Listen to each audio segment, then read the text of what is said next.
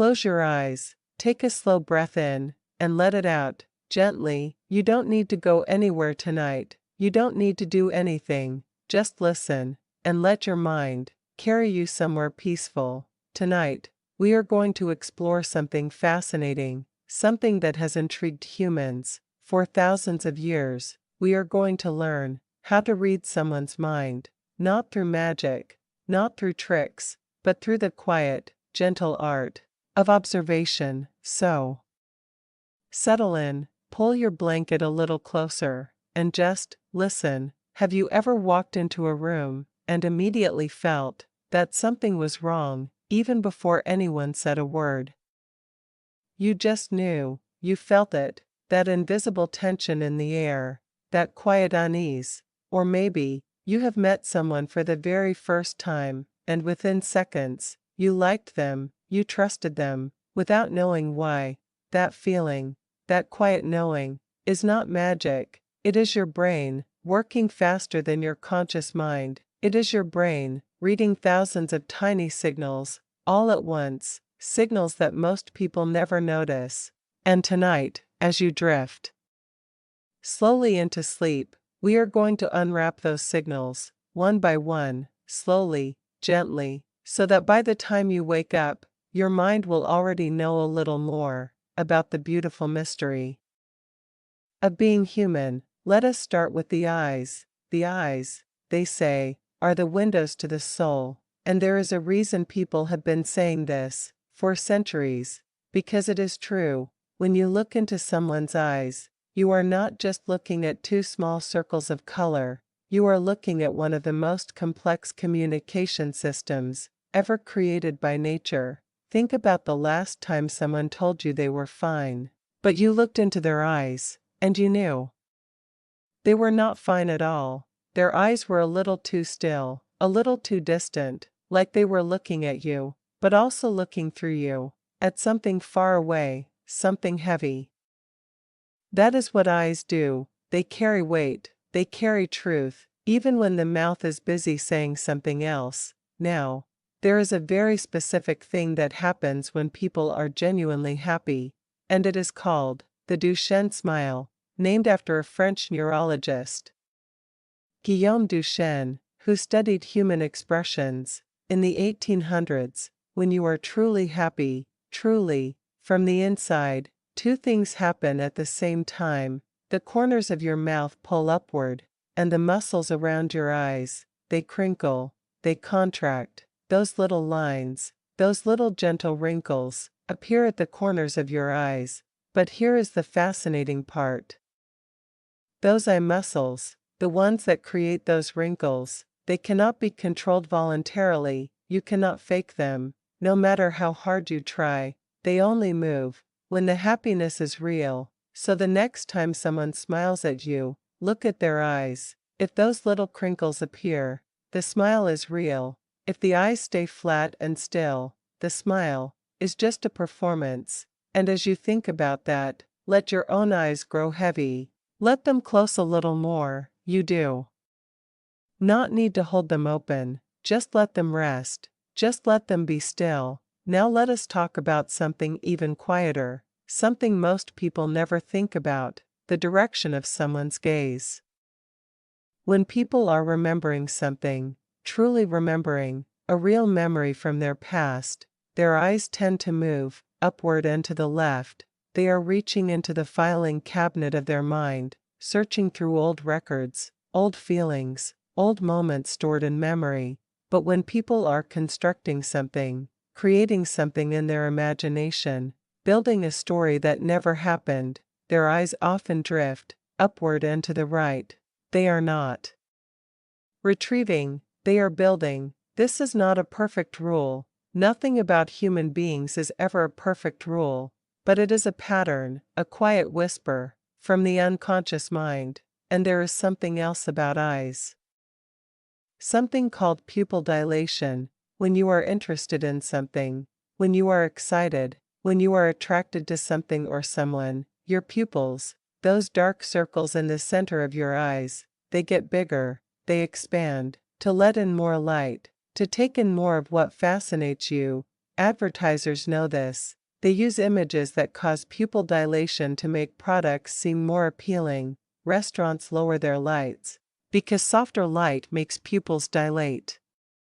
And when pupils are larger, people seem more attractive, more warm, more open.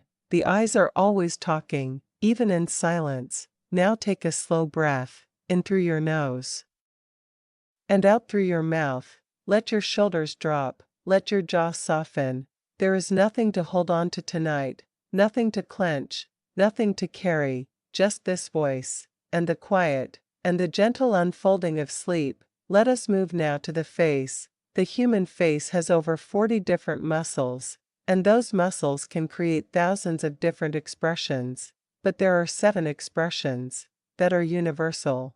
7 expressions that every human being on the planet makes, regardless of where they grew up, regardless of their language, their culture, their background. These 7 expressions are happiness, sadness, fear, disgust, anger, contempt, and surprise. Paul Ekman, an American psychologist, spent decades studying these expressions, traveling to remote villages in Papua New Guinea, to tribes that had never had contact with the outside world, and he found that even those isolated people made the same faces, showed the same expressions, as people in New York or London or Tokyo. It was one of the most remarkable discoveries in modern psychology, that emotions write themselves on the human face, in a language that needs no translation. But here is something that makes this even more beautiful. These expressions can appear and disappear in a fraction of a second, sometimes less than 1/5 of a second. These are called micro-expressions, and they are almost impossible to fake or to hide. A micro-expression is like a crack in the wall. Just for a moment, the true feeling shows through. Before the person has time to compose their face again, imagine someone at a dinner table, receiving a gift they do not like. For just one moment, less than a heartbeat, a flicker of disappointment crosses their face, and then it is gone, replaced by a smile and a polite thank you. Most people miss that flicker entirely, but trained observers, therapists, detectives, negotiators, they see it, and that tiny flicker tells them everything. And as you lie here, breathing slowly, letting the world outside grow quieter and quieter, think about how remarkable your own face is. Think about how much it has expressed in your lifetime, every laugh, every tear, every moment of wonder or confusion or quiet joy. Your face has been keeping your story all this time. Let your face soften now. Let those muscles go. Let your forehead smooth. Let your cheeks relax. There is nothing your face needs to hold right now. Just let it rest beautifully, peacefully. Now we move below the face to the body. Body language is the oldest language on earth. It existed long before words, long before language, long before civilization. It is the language of animals, and we are animals too. Underneath everything, underneath the suits and the schedules and the smartphones, we are still creatures who communicate through movement, through posture, through space and distance and gesture. When someone crosses their arms in front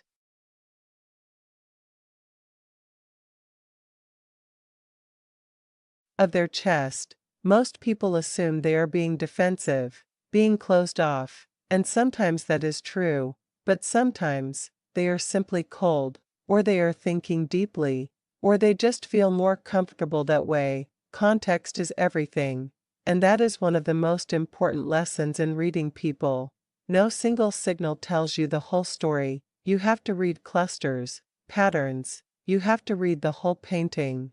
Not just one brushstroke, but there are some body language signals that are remarkably consistent. When people genuinely like someone they are talking to, they mirror them, without even realizing it. If you lean forward, they lean forward. If you cross your legs to the right, they cross their legs to the right. If you slow your breathing, their breathing slows too.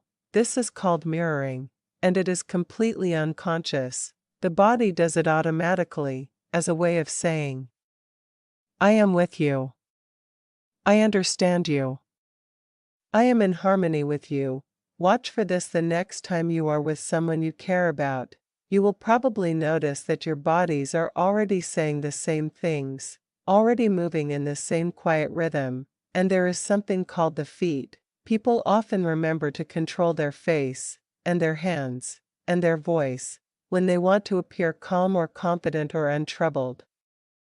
But almost nobody remembers to control their feet. The feet are the most honest part of the body. When someone is happy to be somewhere, when they genuinely want to be in a conversation, their feet point toward the person they are talking to. They are oriented, they are present. But when someone wants to leave, when they are uncomfortable, when they are not fully there, their feet will already be pointing toward the exit. Even if their face is smiling, even if their words are polite, the feet have already made the decision to go. The feet always know first. Let your own feet relax now. Let them go completely still. You are not going anywhere tonight. There is nowhere your feet need to take you. Just let them sink, heavy and warm, into the comfort beneath you. Feel that warmth, spreading from your feet, slowly moving upward, through your ankles, your calves, your knees, your thighs. A slow gentle wave of warmth and heaviness, moving upward through your body. Your arms are heavy now too, heavy and warm, and your hands, let them go soft. Let your fingers uncurl. There is nothing to hold on to. Now let us talk about something very subtle, very delicate, the voice. When people are nervous, the muscles around the voice box tighten, and the voice goes higher. This is why your voice sometimes cracks or rises. When you are scared or anxious, the body is betraying what the mind is trying to hide. When people are confident, the voice drops lower. It slows down. It fills the space around it. Have you noticed how the most calm and assured people seem to speak as though they have all the time in the world? Because they do. They are not rushing to fill silence. They are not afraid of pause. Silence is actually one of the most powerful tools in communication. Most people are deeply uncomfortable with silence, and they rush to fill it. But someone who can sit comfortably in silence, who can let a pause breathe, commands enormous presence, enormous attention. And the rhythm of speech, the pace, tells you so much. When someone is telling the truth, their story tends to come out at a fairly even pace, with natural pauses, natural moments of recall. But when someone is constructing a story, when they are filling in details that did not actually happen, you might notice little inconsistencies in timing, a pause where there should not be one, a rush through a part of the story that should have had more texture. The voice carries truth beneath the words. And now, softly, let us talk about intuition. You have probably heard people dismiss intuition as if it is just a feeling, just a guess, nothing scientific about it. But that is not accurate at all. Intuition is actually your brain processing enormous amounts of information in parallel, below the level of conscious thought. It is drawing on every experience you have ever had, every person you have ever met, every pattern you have ever noticed, even if you cannot remember noticing it, and then it delivers its conclusion, not as a detailed report, but as a feeling, a quiet knowing, a sense in your chest or your stomach. That feeling in your stomach, when something is wrong, even when you cannot name what it is, that is not your imagination, that is your brain, trying to tell you something important.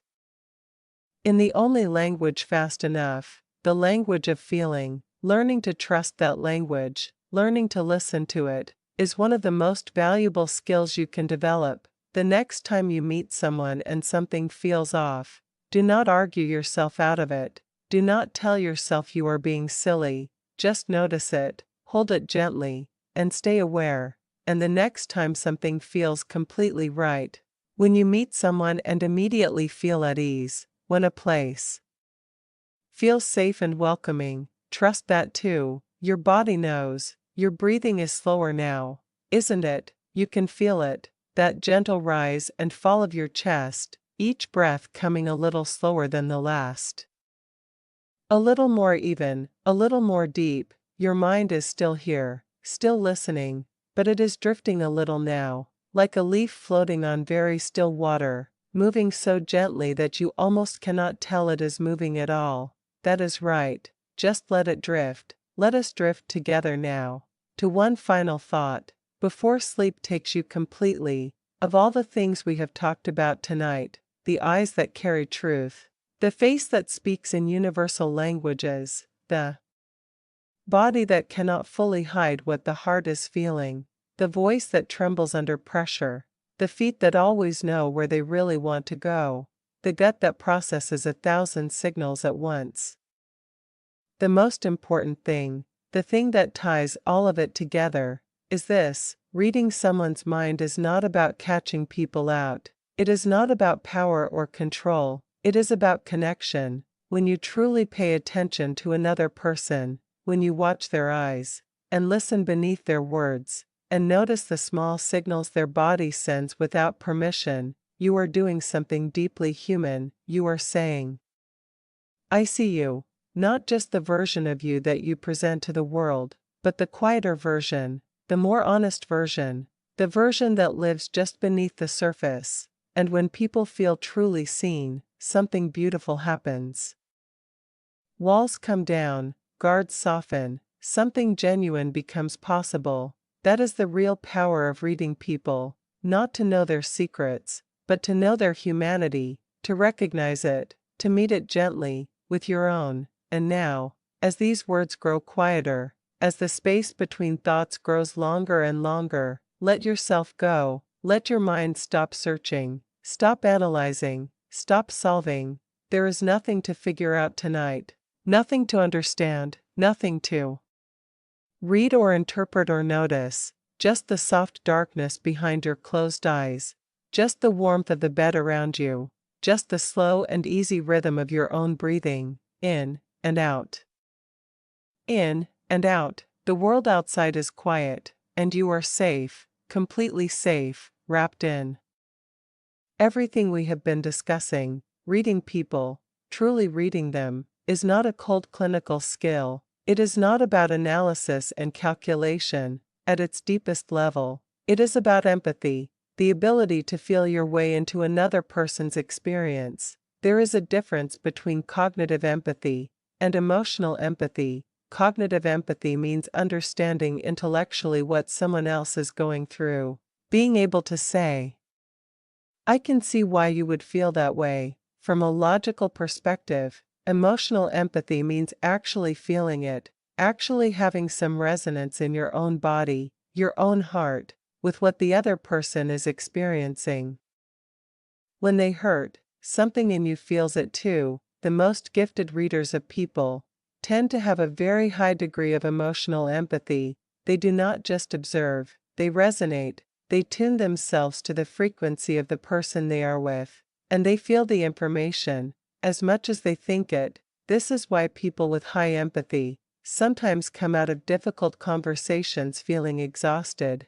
They have been carrying someone else's emotional weight along with their own. They have been working not just mentally, but energetically. If you are someone who feels deeply affected by the emotions of people around you, if you often leave conversations feeling the lingering weight of what someone else was going through, then you may already have this gift, and it is a gift, even when it feels like a burden. Now let us go somewhere even quieter. Let us talk about silence. Most people are afraid of silence, deeply uncomfortable with it, and because of that discomfort, they fill it. They rush to speak. They offer more than was asked. They keep talking even after they have said the thing they meant to say. But a skilled reader of people knows that silence is not empty. Silence is full. When you ask a question and someone pauses before answering, that pause is information. A very long pause before a simple question might mean the person is choosing their words very carefully. considering what to reveal and what to keep back. A very short answer to a complex question might mean the person does not want to go into it, does not want you to look too closely at that particular thing. And when someone goes quiet after you say something, truly quiet, not preparing their response, but actually still, that stillness usually means you have touched something real, something that needed a moment to land. The silence after something true is spoken sounds different from ordinary silence. Learn to listen to it, breathe out slowly, and with that breath, let go of a little more tension, let it leave your body on the exhale, and let the inhale bring in something softer, something quieter, something restful. Your body knows how to sleep, it has done it thousands of times. You do not need to try, you do not need to work at it, just let the tiredness be there, let it be welcome. Let it be the thing that carries you down, down into rest, down into stillness, down into that beautiful soft place where the mind finally, lets go. Let us talk about trust, because understanding people also means understanding what makes trust possible, and what quietly destroys it. Trust is built in very small moments, not in grand gestures, not in big declarations, but in the tiny consistent things, the times when someone said they would do something, and then they did it, the moments when someone could have used information against you, and instead they kept it safe. People who are trustworthy tend to show a particular kind of consistency. Their behavior does not change dramatically depending on who is watching. They treat the waiter the same way they treat the CEO. They are the same person on a Monday morning that they are on a Friday evening, and inconsistency is one of the earliest warning signals. When someone behaves very differently in different contexts, when the warmth they show you disappears completely when they speak about others, when their generosity seems to turn on and off depending on what they need. These inconsistencies are quiet, but they are important, because how someone treats others is eventually how they will treat you. And let us talk about something called congruence. Congruence means that what a person says, and what a person does, and how a person feels, all line up together. They tell the same story, from the same place. When someone is being completely honest and comfortable, their words, their tone, their body language, their facial expression, all say the same thing. They are congruent. They are one clear signal, easy to read, easy to trust. But when something is being hidden, or suppressed, or managed, congruence breaks down. The words say one thing, but the face says something slightly different. The tone says one thing, but the body says something else. This is the feeling you get when something seems off, even though you cannot quite say what. That feeling is your brain detecting incongruence, noticing that the signals are not adding up, that the story has inconsistencies. Trust that feeling. You are drifting now, aren't you? The words are still reaching you, still flowing gently through the quiet space of your mind, but you are not holding on to them, you are not analyzing them, you are just letting them move through you, like a soft current of warm water. And that is exactly right. Your body is completely relaxed, every muscle, every joint, every small tight place that held the day's tension, has softened, has released, has let go. Your mind is floating now, loose and easy, not fixed on any single thought, just drifting pleasantly, the way clouds move on a still and windless afternoon, not going anywhere in particular, just moving, just being. Let us spend a few quiet moments on something beautiful. The fact that every single person you have ever met, every single human being you have ever passed on the street, or sat next to on a bus, or stood behind in a queue, is living a life as vivid and complex and full as your own. Every person carries a history, a collection of moments and memories and wounds and joys that shaped them into exactly who they are today. Every stranger has a name that someone says with love, has a fear that visits them at night, has something they are proud of, that they rarely get to talk about. This idea, this quiet recognition of the fullness of every human life around you, is sometimes called Sonder, and when you move through the world with Sonder, when you hold that awareness, even lightly, it changes everything. You become gentler, more patient, more curious. You stop seeing people as obstacles or background characters and start seeing them as the complex and fascinating and struggling and beautiful creatures that they are. And from that place, reading people is not about skill at all. It is about care. It is about paying attention because you are genuinely interested, genuinely moved by the mystery of another human life. And so we come, slowly and gently, toward the end of tonight's journey. We have moved through so many quiet rooms together. The room of eyes and faces, the room of bodies and breath, the room of words and silences, the room of empathy and trust, and the small beautiful moments where humans actually see each other. And all of it, all of this, leads back to one simple truth: the deepest way to read someone's mind is simply to be present with them, fully present, not thinking about what you are going to say next, not half listening while the other half of your mind is somewhere else, but truly here, truly with them, giving them the most precious thing one human can give another, your complete attention. When someone feels that, when they feel truly seen, truly heard, truly met, something happens that no technique or skill can manufacture: connection, real, human, unrepeatable connection. And that is what all of this was always about. Now let the words fade, let the ideas settle softly into the deeper parts of your mind, where they will rest, and quietly become part of how you see the world. Your breathing is slow, and even, and effortless. Your body is warm, and heavy, and completely at peace. There is nothing left to think about tonight, nothing left to figure out, nothing left to understand. Just this, just the dark, just the warmth, just the soft and endless quiet, and sleep, sweet, deep, restoring sleep. Let it take you, completely, gently, all the way down, into rest, into peace, into the beautiful, unknowing stillness of sleep. Good night.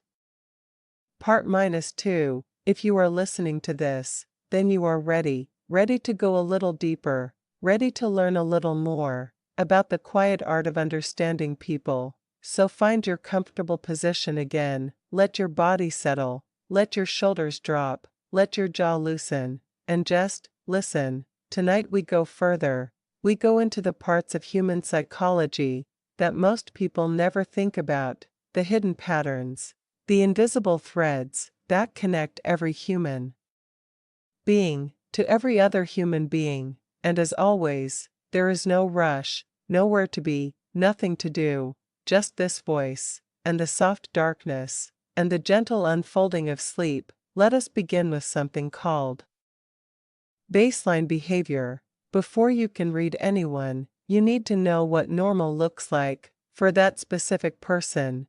Because here is the thing: everyone has their own normal, their own rhythm, their own way of holding themselves, their own natural speed of talking, their own comfortable amount of eye contact. Some people talk with their hands naturally. It does not mean they are lying. Some people avoid eye contact naturally. It does not mean they are hiding something. Some people speak very slowly. Some people speak very fast. And that is simply who they are. So before you can notice when something changes, you need to first observe what does not change.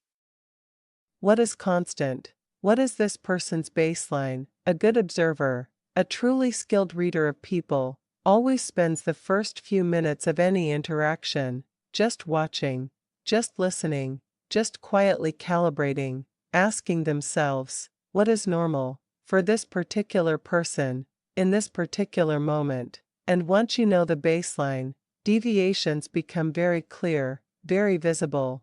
Like a single wrong note in an otherwise familiar melody. If someone who normally speaks quickly suddenly slows down, pay attention. If someone who normally gestures freely with their hands suddenly becomes very still, pay attention. If someone who always maintains relaxed eye contact suddenly starts looking away or staring too hard, pay attention. The change is the message. Let your body sink a little deeper now. Feel the surface beneath you supporting every part of you completely. You do not have to hold yourself up at all. Just let go. Let the weight of your body be carried. Feel your shoulders heavy, released. Feel your hips wide and relaxed. Feel your legs long and loose. There is nothing to hold, nothing to brace against, just comfort, just warmth, just the quiet dark.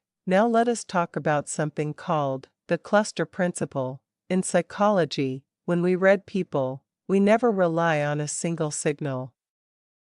A single raised eyebrow, a single crossed arm, a single glance away means almost nothing on its own, but when 3 or 4 signals appear together, all pointing in the same direction, that is when the message becomes clear. Think of it like weather forecasting. One cloud in the sky tells you very little, but dark clouds, dropping temperatures, the smell of rain in the air, distant thunder, when those 4 things appear together, you know a storm is coming. People work the same way. Imagine someone sitting across from you, and you ask them a simple question, and notice their eyes move away, their hands move to their face, they clear their throat before answering. And they answer your question with another question. Any one of those signals alone might mean nothing, but all 4 together, that cluster, tells you something important is being avoided. Learning to see clusters takes practice.